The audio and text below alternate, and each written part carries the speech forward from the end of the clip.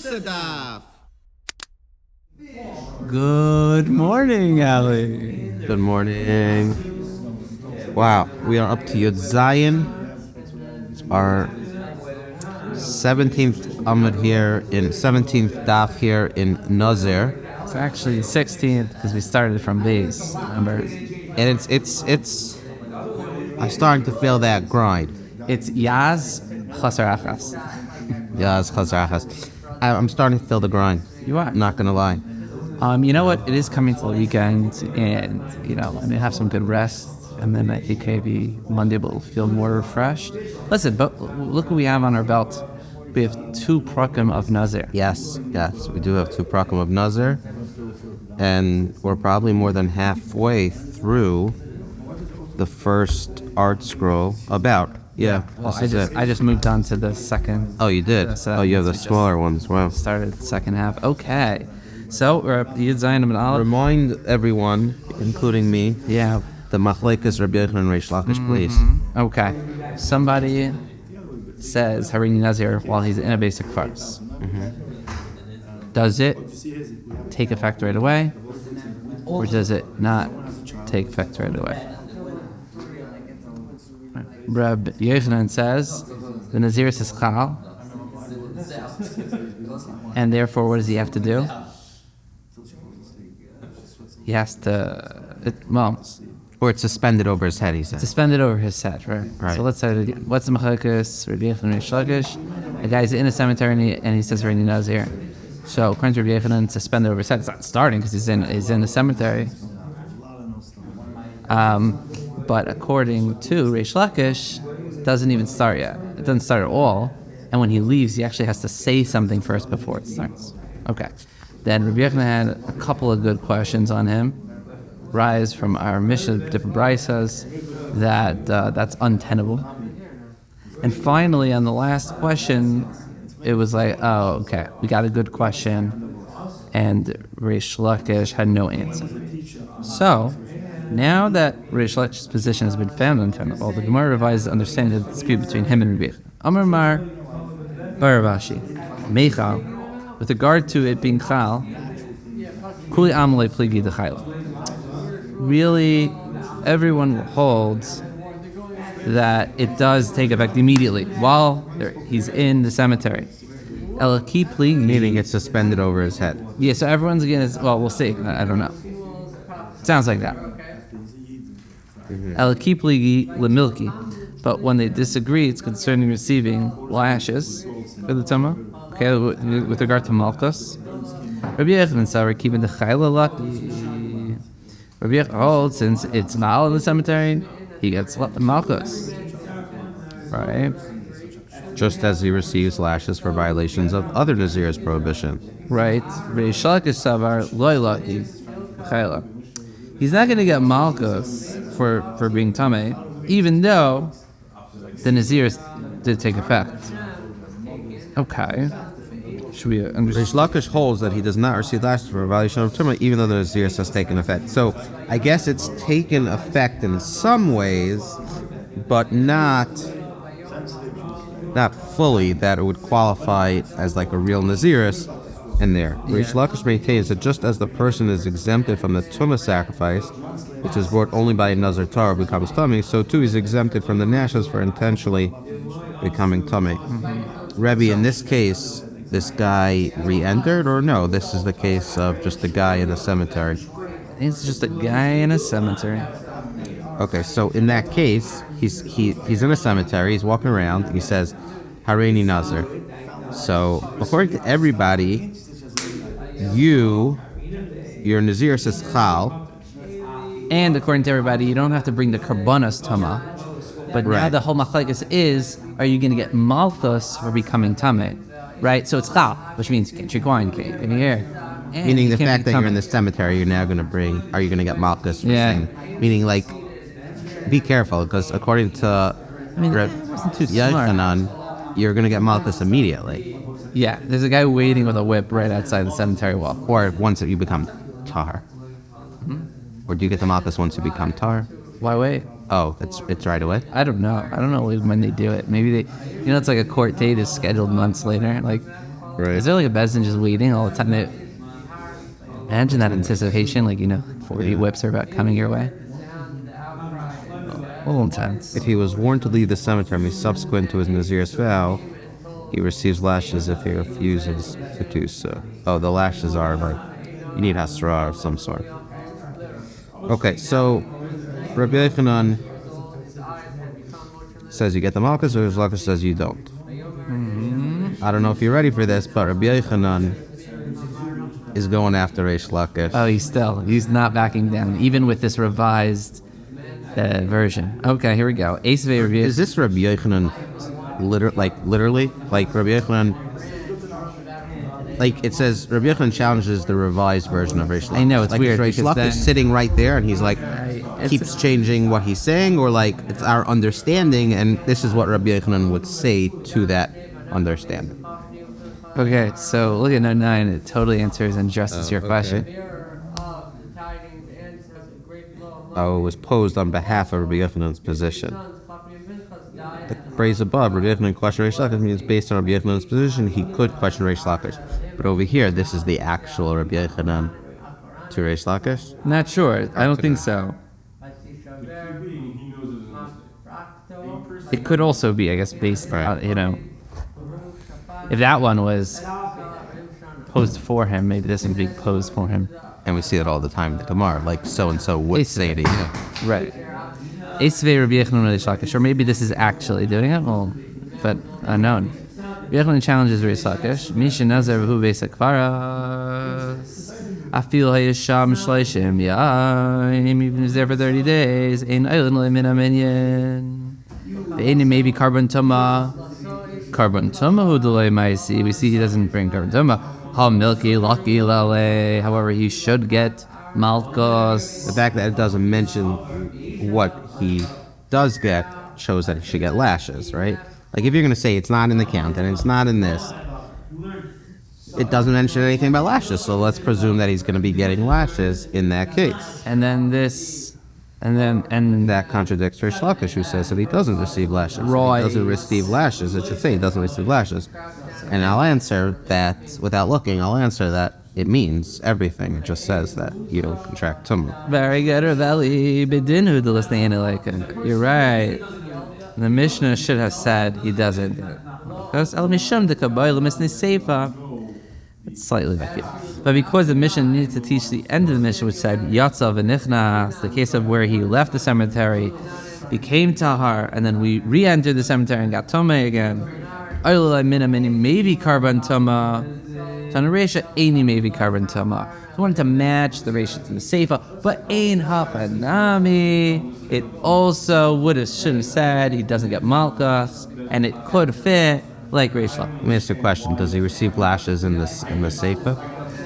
I would assume, because he's willingly going back in there once he's already tar. So then actually that sounds like a question of Yochanan. Right. Or no, it's a question of Reish Lakish. If in the Reisha he does not receive lashes, and in the Seif he does receive lashes, then speak out that difference. And it should have said that. Oh, you're right. And probably Reish Lakish would agree in a case of Yatzav and Nichnas that he would get. And we had this yesterday where this answer that you just said, it sounds like this was the one that we couldn't answer up, because if it's true that he doesn't get the lashes, it had to have said it in the Reish, not the Seif. You can't say that it applies to both. Wow, why doesn't it? Mishnah speaks about the exemption from the sacrifice, note 10, rather than the exemption from the lashes simply for stylistic symmetry. But in fact, with regard to Tumah, the Mishnah exempts this person from lashes as well. So according to Reish Lakish, you do not get lashes in both cases. So according to Reish Lakish, it makes sense. According to Rabbi Yochanan, maybe in both cases you do get lashes. So since there's no difference between the Reish and the Seifa, that's why. Since there's no difference between the Reish and the Seifa, that's why it didn't mention it. Oh, okay. Yeah, I think your question is going to be, I'm assuming it's going to come back later, the same thing. But you're right. In this case of Yatzav and Nichnas, Reish Lakish would actually hold that you don't have to bring the carbon tama, and you don't have to get malchus.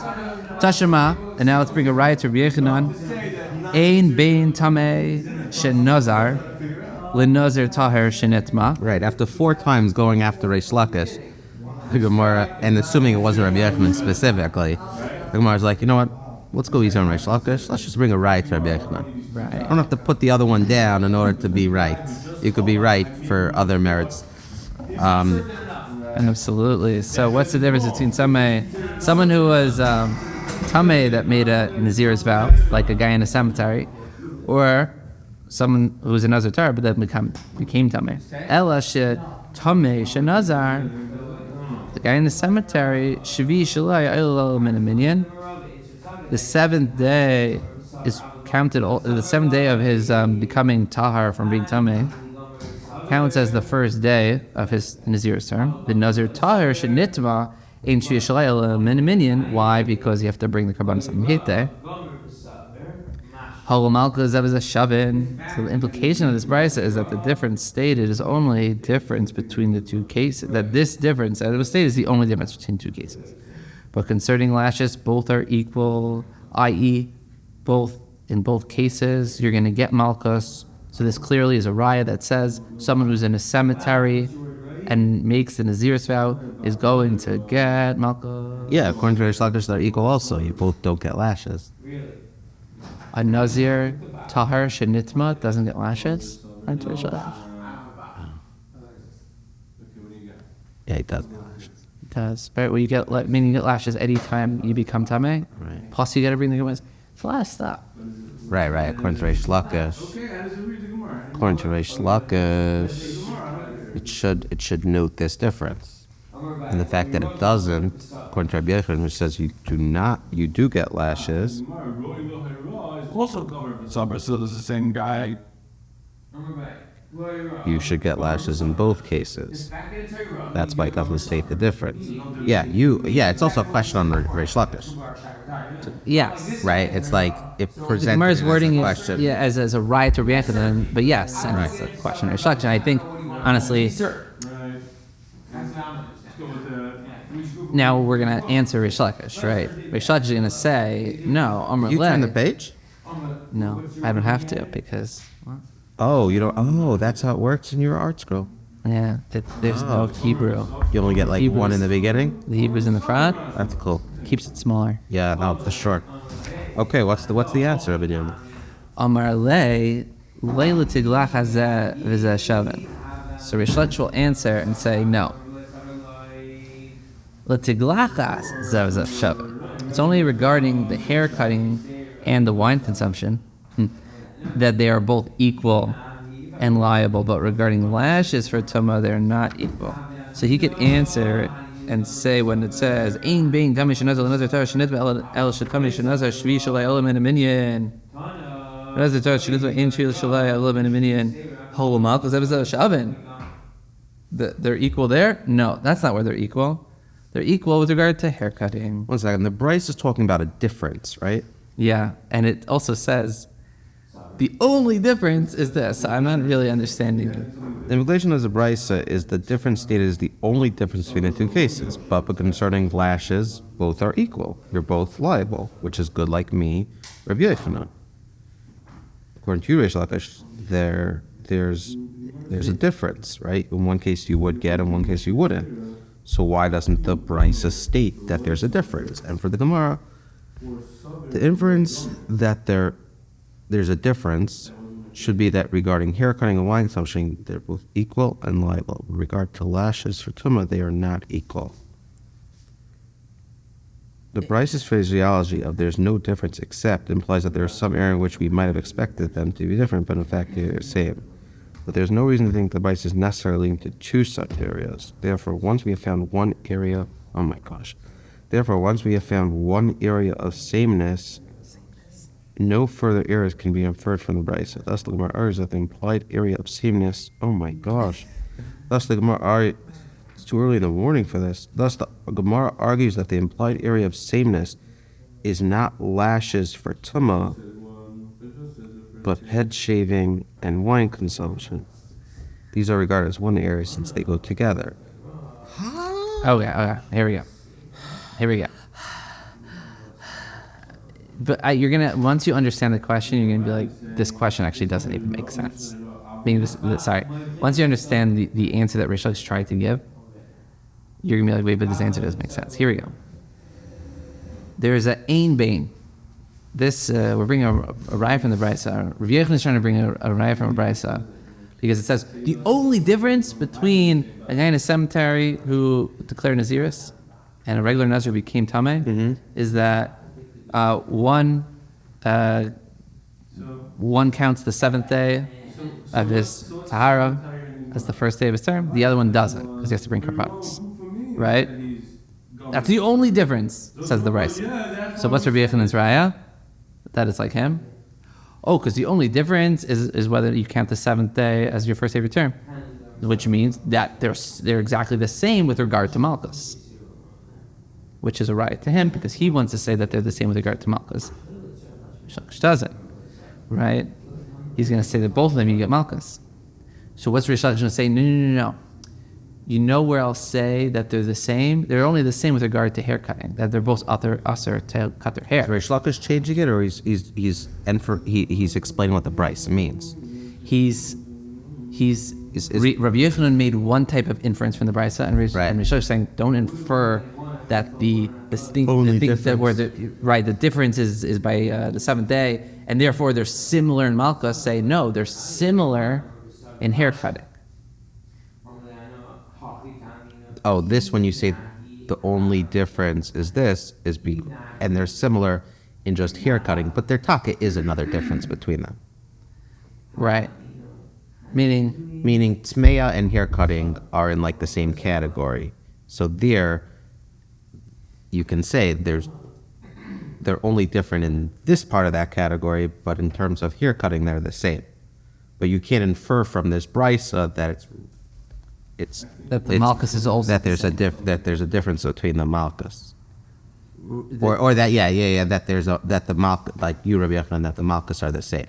Right. That's not what you can infer. This when we say Ein Bain, we were dealing inside the color blue, and in the color blue is I just made up a color. I'm just putting them in a little bubble together. Okay. You like bubbles? Color coordination. So haircutting and tmeya are in the blue section. When I say there's no difference between them, I mean related to its relative, the haircutting.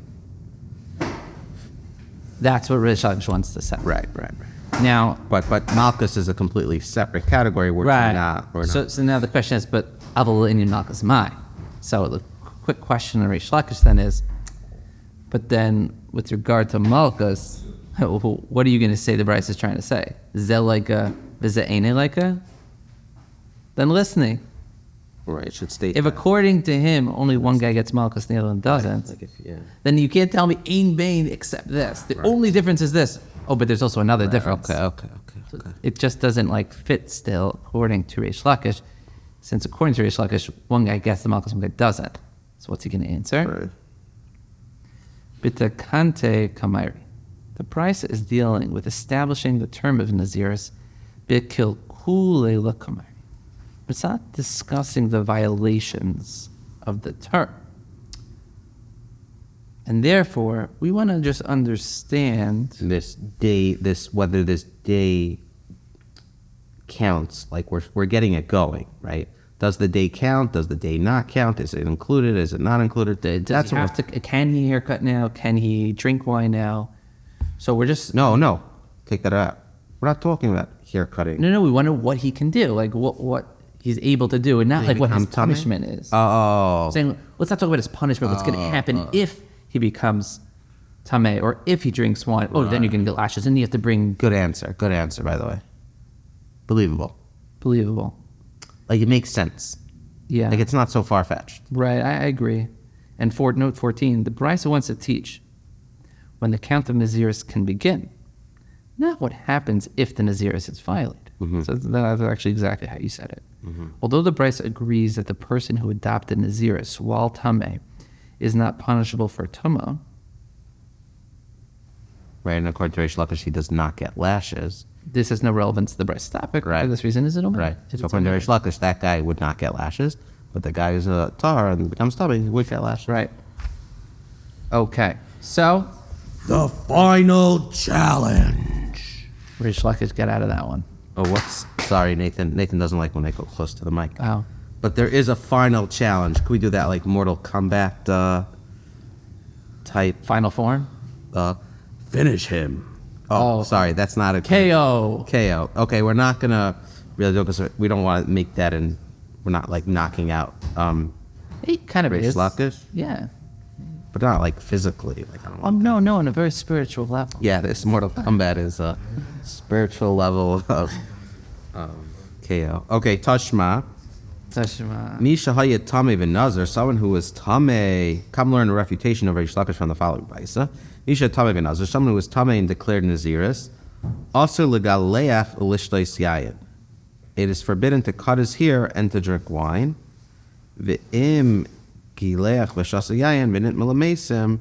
And if he cut his hair, drink wine, and contracted tumah from the dead, harezes sleif against Arbayim, then he receives 40 lashes. The Baisa clearly states that for the violation of the tumah prohibition, this person who adopted Naziris while Tameh receives lashes in direct contradiction with Rish Lakish's position. You Rish literally Lakish said, cannot wiggle out of this one. no, this is indeed a refutation of Rish Lakish's view, Tifta.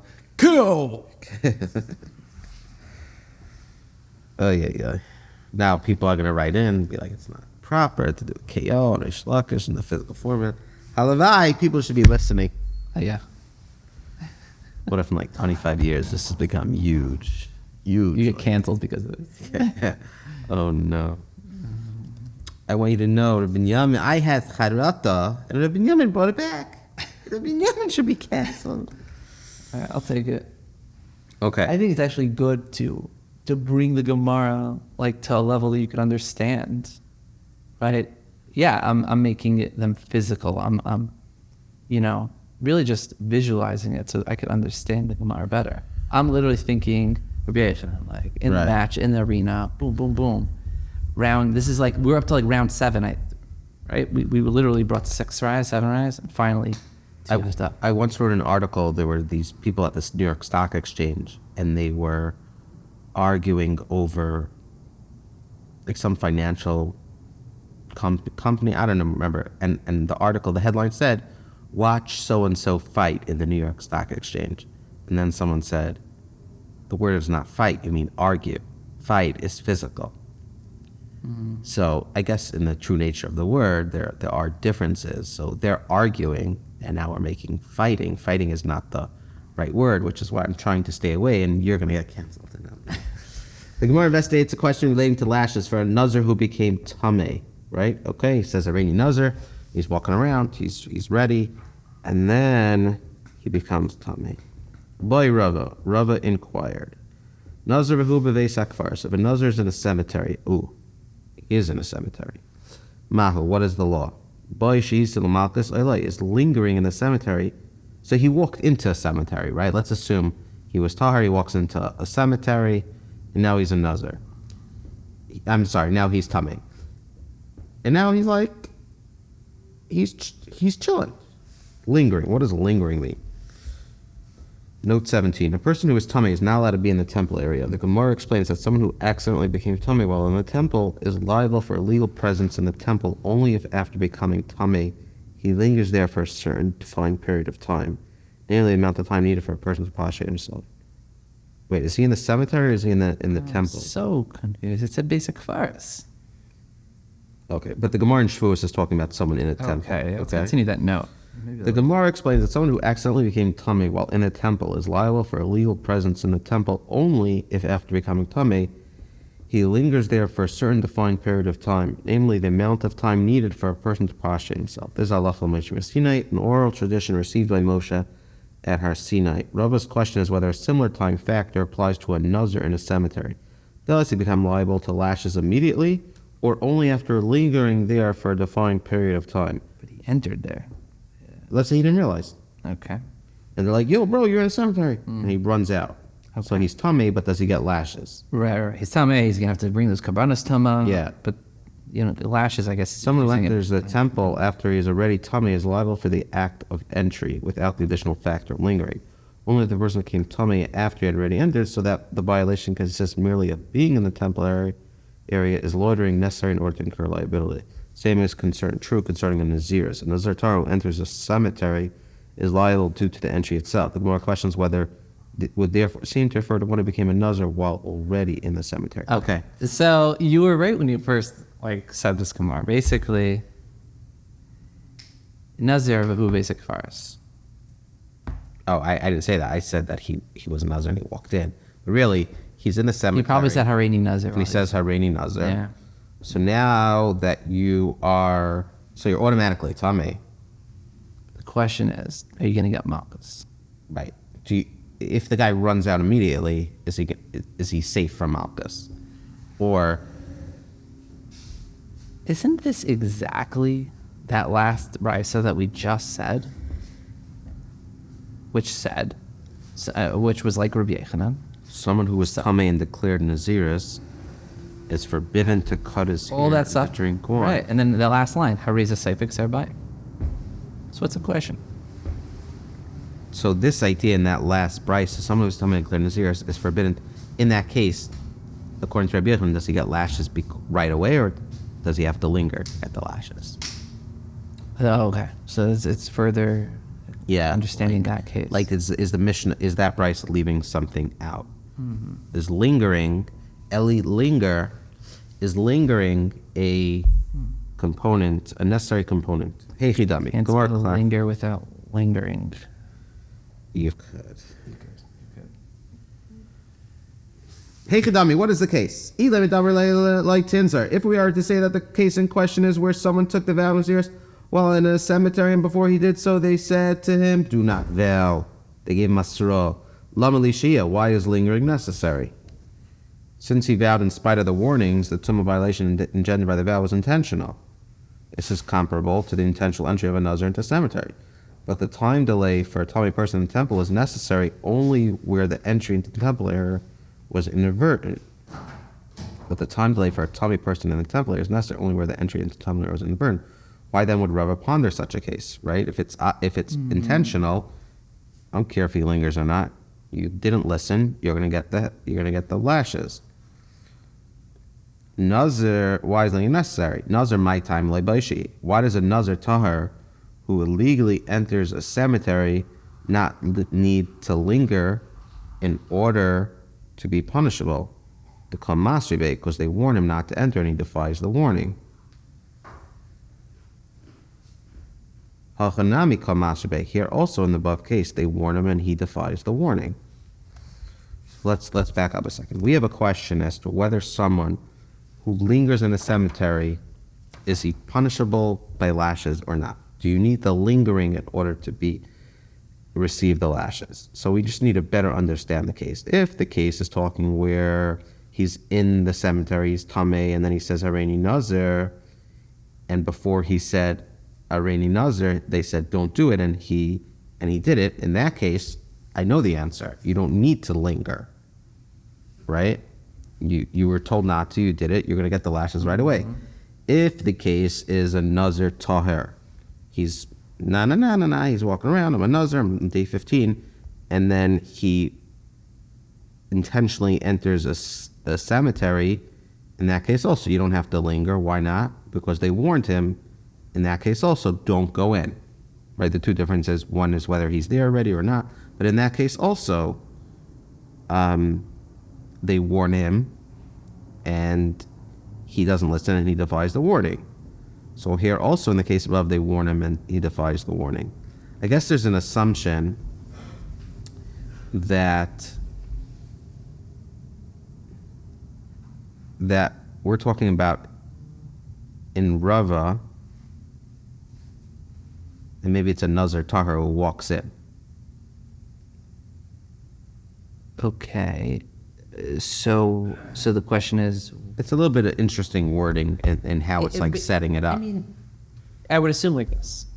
Anytime you're going to get malchus, you need someone to warn you right before you do an action, whether that action is going into the cemetery, whether that action is saying Hareini Nazir while you're in the cemetery, or whether it's lingering. So there really should be an ilema before Nazir my time by Shahia, because it's another case. I think after reading this, and tell me if I'm wrong, the Gemara has a question.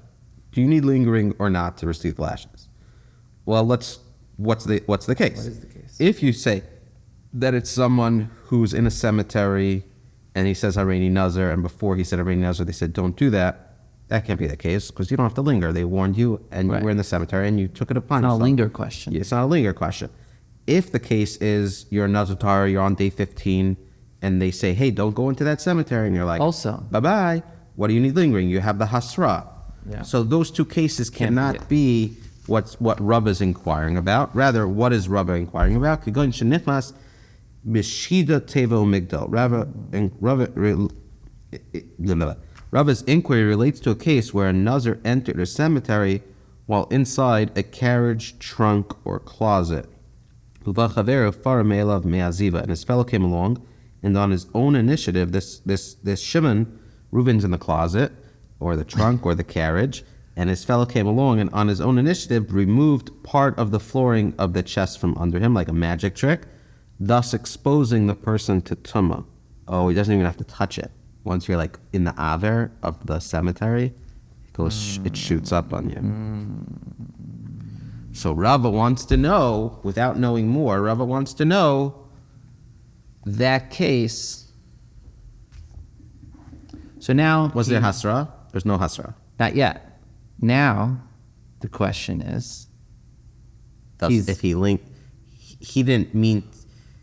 He was put into the cemetery, basically. Against his will. Yeah. Was he a Nazir? And he was a Nazir. This is a Nazir? Okay, so this is a Nazir. He's like minding his own business, he's getting an egg sandwich, and his friend takes him, puts him in it. He's like, hey, come to this trunk. He's like, oh, that's cool. It's a really big trunk. And he goes in, right? And he decides that his friend just locks it up, takes him to the cemetery. Yeah. And his friend's like, yeah, I put you in a cemetery. And he opens up the bottom, and now he is accidentally tummy. But is he going to get lashes for that? Or does he have to linger there in order to get the lashes? Did I get it right? Yeah. Yeah. So now Rava's question, right, basically is an accidental tama. So we have to figure out some case where you got tame accidentally. Why couldn't he accidentally walk in? Why do you need this case? I know, right? I guess that's like pure negligence. Or right, you don't always know when there's a cemetery, right? Unmarked graves. And then while you're standing over it, someone's like, oh, you realize this is like you find out that you're in a cemetery. Is that what you're saying? Yeah. Why? And then it's like, linger, get out of here. Right. This was a way more, like, Zichru would prefer this case over... Yeah, the person was carried into the cemetery inside a chest. You're going to remember this one. Enclosed inside these objects, the person remains tahar, since the closet chest does not admit tumah. The removal of the flooring was done without the knowledge of the Nazir inside, whose exposure to tumah is therefore accident. Not only is it accidental, it's also like, it's forcible. Like, he didn't agree to this. Where in the case of a guy walking, like, you could say, oh, even if you walked in, that was on you. You took the action. This is almost like an oinus. Not even Right. like... Basically, there's no room for negligence here. Right. Just that you have bad friends. He But could've like, chosen- he didn't make the act. Okay. So, now, having clarified the case to which Rava's inquiry applies... I love this, by the way. The reason behind it. This is I like remarks like this because we're talking this, like we kept, machlokes. I love when we inserted a foreign object into the case. It's like a closet. Like a Chest? trunk. We got like a Harry Potter trunk here, a suitcase. Yeah, how are you picturing this? I'm seeing like a brown leather with like No big leather. buckles. Yeah, oh yeah. A brown like treasure chest. Yeah, that's something. Olden times. Huge though. The cemetery's hilly, by the way, in my mind. Oh really? He's coming from the top of the cemetery, and they walk in, and then he just slides down the hill. No, yeah, like he Falls also didn't into a fall grave. out. It also didn't say like he fell out. He's in the box still, but they took out some of the bottom. Like I also didn't realize that. I thought you had to touch the cemetery ground, but the aver of Someone the could get anywhere. tumah shoots up. Why? Oh, let me ask you a question. What if he didn't take the bottom out? He only took the top out. Well, then I think maybe if you went under a tree, it could make No tree. It's just the No, hair. I think you're good. You're good. Question at the what minute mark? We are at the 35-minute mark. Okay. So, the Gemara speaks out this question. Ki Gemir and Shein Beves HaMikdash. Do we say that when we received the tradition about lingering, it was only concerning the temple, avo abroiloi, but not for outside the temple, such as regarding the laws of Naziris, idil malashna, or perhaps there is no difference in lingering. If the Nazir leaves the cemetery immediately without tearing, he will not be punishable. Teku, let it stand. Rava's question remains open. Okay. Beautiful. So if I was Zichru, I would put up like a whole cartoon of Yaakov, Eli, Yitzi. Hold on, Avi first of all- linger. yeah. That'd be like the lingering. So it'd be a way that I could remember lingering. And Not everyone knows us, but you're saying if it was like personal zifra. I would take you the face of like kosher money, Yeah. with your eyes only, What would you do? It's Daf Yod Zayin. What is Yaz 17? What is that like? They have to try to let you remember. Use, Yaz. Yaz? It's like use. Okay, let's pull it up right now. We're going to pull up the animation. Did they send it out? I mean, we only got halfway through Amud Beit, so it could be that they're gonna do stuff that's like. Let's see. Zichru. They have a WhatsApp now, but I don't know if they sent out Daf 17. No, they didn't. I'm going to open up the Zichru app. Zichru. The hairy used car salesman. Used car salesman. Use. Oh, you did? Here we go. See? The hairy used car salesman. Trying to sell a used hearse to the Nazir in a cemetery, getting Malkos.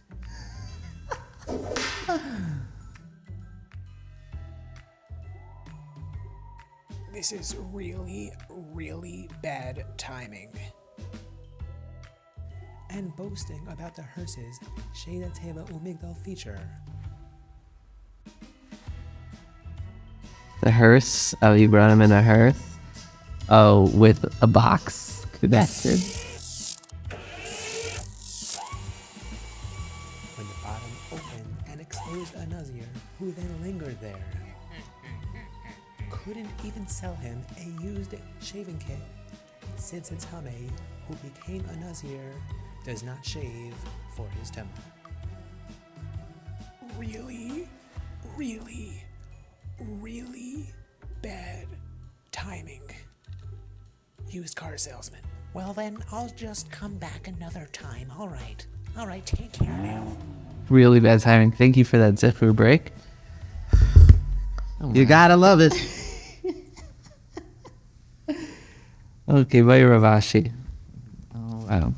Okay, so Rava had a question, now Ravashi has a question. Go ahead. Bye Ravashi. Nazir basic fires. Cutting dilaf like. Does he require to cut his hair or not?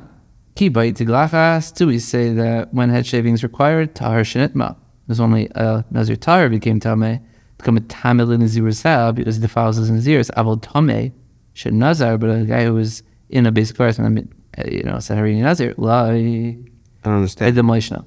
Doesn't every Nazir at the end of his period of Nazir shave his head?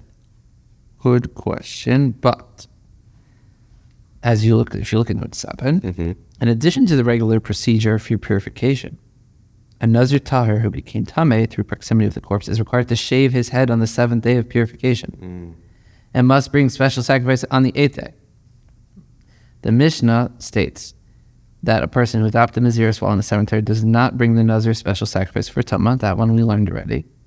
Rashi therefore wonders whether or not he also performs this head shaving or not. Right, you need that level of taharousness first to shave your head. Yeah. Tashima.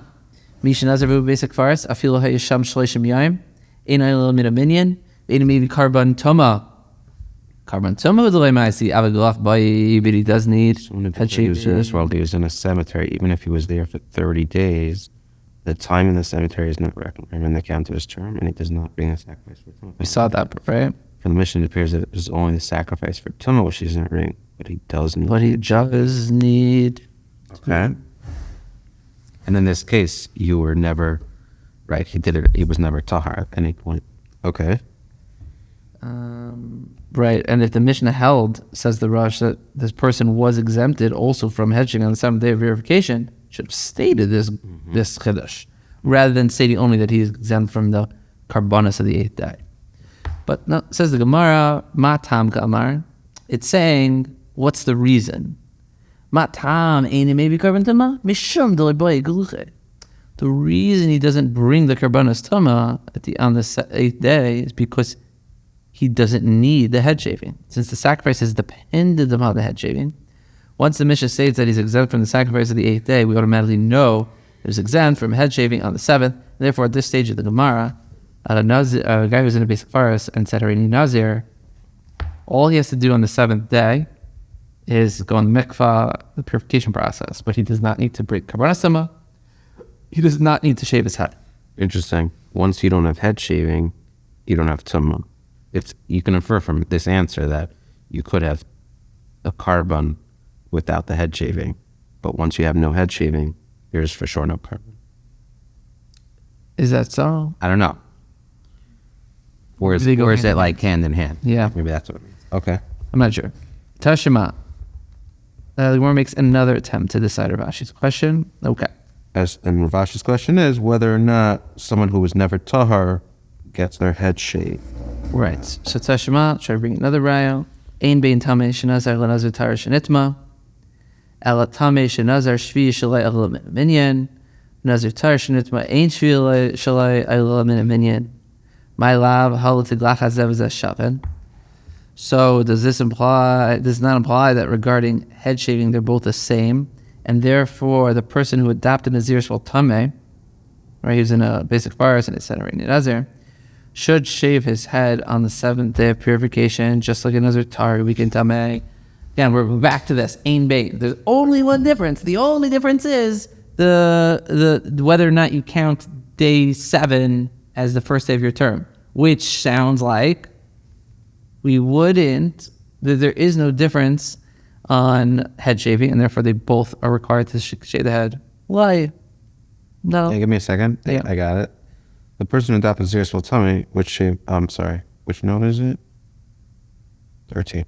The person who adopted Nazir will tell me should shave his head on the 7th day of his purification, just like the Nazir Tahar who became tummy. And his question was someone who adopted Naziris will tell me. So Rashi's question is answered because you see it's not a difference. They're both going to shave their head. No, all that may be referred to is that for lashes, they are both equal. Why? The Bryce does not necessarily mean that they're the same in all respects except the one-sided, but rather that there's some area of sameness. Thus, the Gemara argues that the implied area of sameness is not head shaving, but lashes. This when we say in regards to this they're different, but in one other area they're the same in terms of lashes. And in lashes, do they both get lashes? I guess that was... They are the same in regard that they both, that's the right. But Rish Lakish got refuted. So in Rabbi Yochanan, he said, yes, they both are. They both get lashes. Okay. And then in terms of head shaving, we can't bring a raya from this brisa.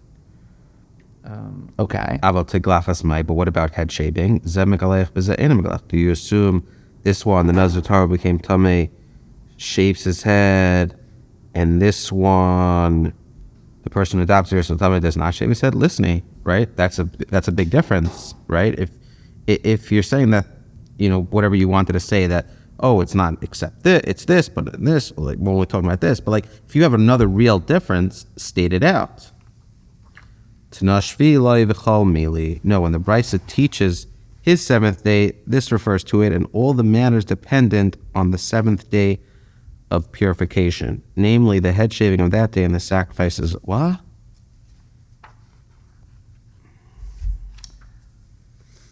Basically, it wants to say that the 7th day, that's the difference, right? That's the only difference. It also includes the karbanos of the 8th day and the head shaving, since that's like a package deal. When it says his 7th day. Yeah, I think it's C note 16. this refers to it in all the matters dependent on the seventh day of purification, namely the head shaving of that day and the sacrifice of the following day, which means that, yes, there is a difference, not just in the seventh day, but a Nazir Tahar who became Tameh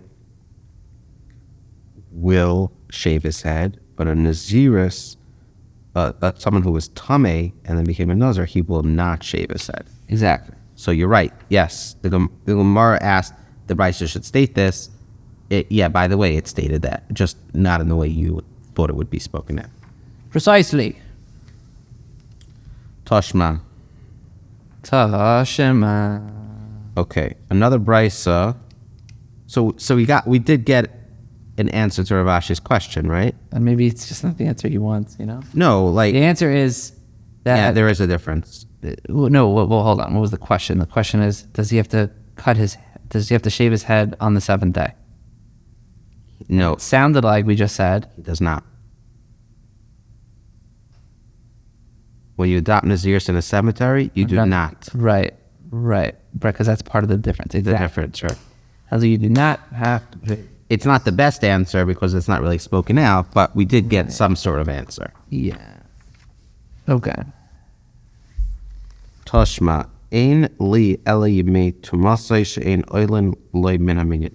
Another Brisa is cited in an attempt to decide Rav Ashi's question. The Torah in Vayikra states that if a Nazir is contaminated by a corpse, he forfeits the days of Nazirs he had counted. It follows that certainly the day of corpse to themselves do not count towards the completion of his term. We only know that a Nazir's day of corpse tomorrow are not reckoned for him in the count of his term. From where do we know that a Nazir's days of confirmed saras are also not counted towards his term? Vidinhu, and there's an argument which seems to confirm this supposition. Just as for his days of Tumah he shaves his head and brings a sacrifice, so too for his days of confirmed saras he shaves and brings a sacrifice. And just as days of his Tumah are not reckoned for him in the account of his term, so too the confirmed saras are not reckoned for him in the count of his term. 21. One of the 30 principles of is the principle of Binyan Ab. This principle dictates that whenever commonality of law or essence is found in two separate areas, analogies may be drawn from one area to the other, and the law which applied to one can be applied to the other.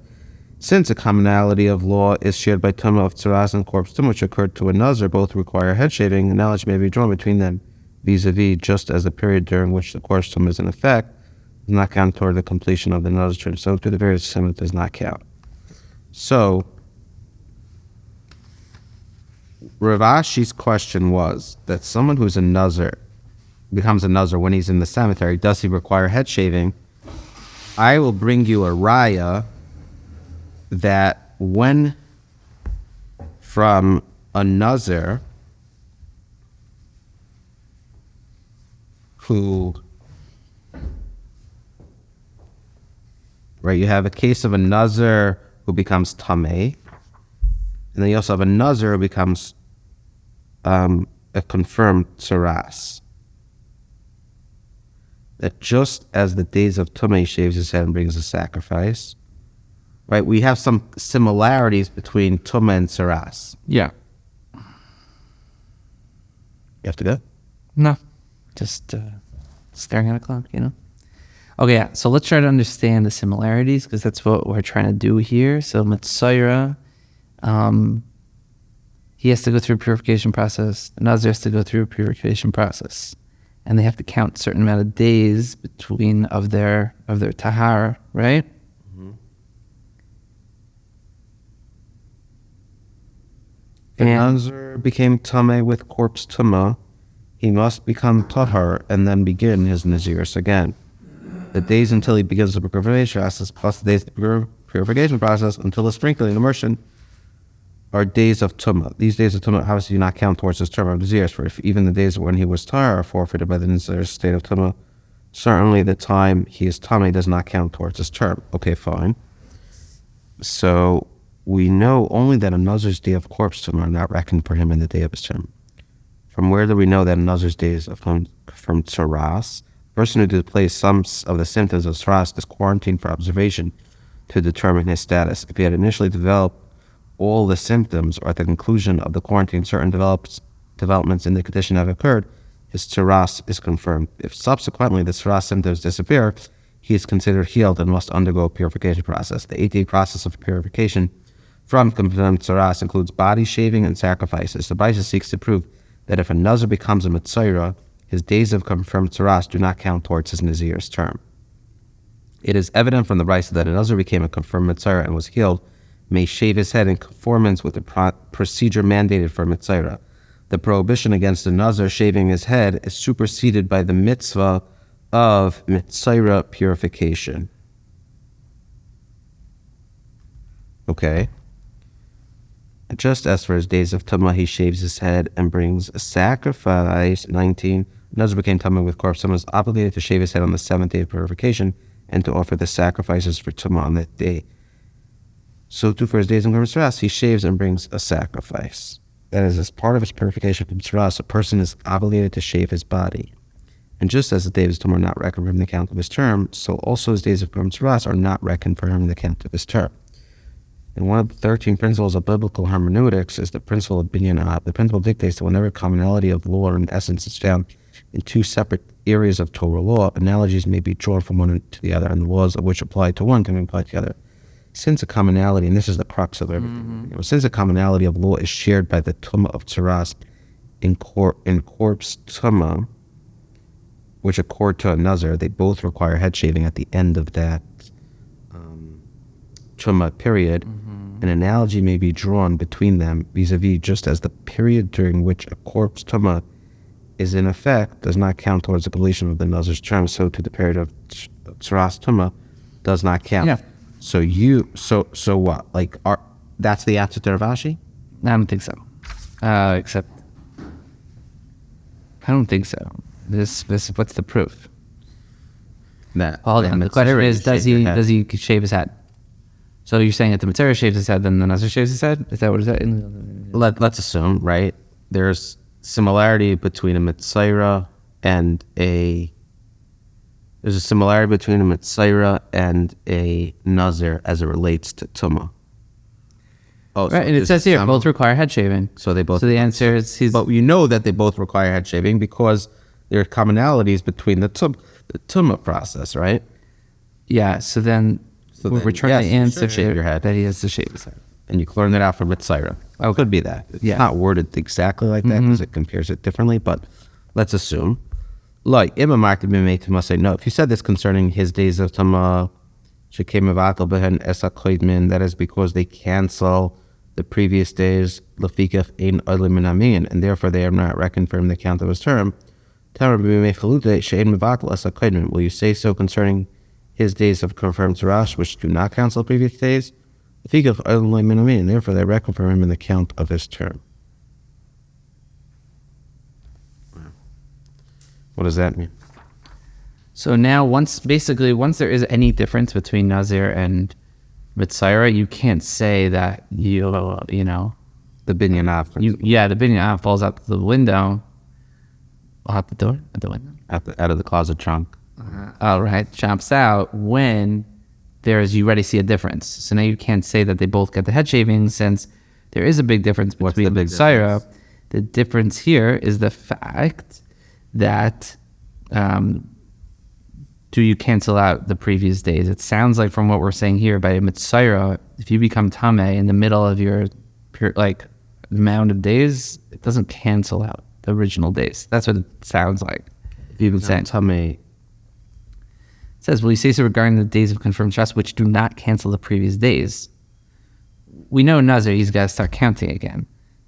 Seems like with Mitzayra, you don't have to start counting again. I don't know if that's true. Therefore, the fact that the days of the confirmed Tsaras Tumah does not cause a forfeiture of the previous days, while Kar Tumah does, invalidate the Binyomin.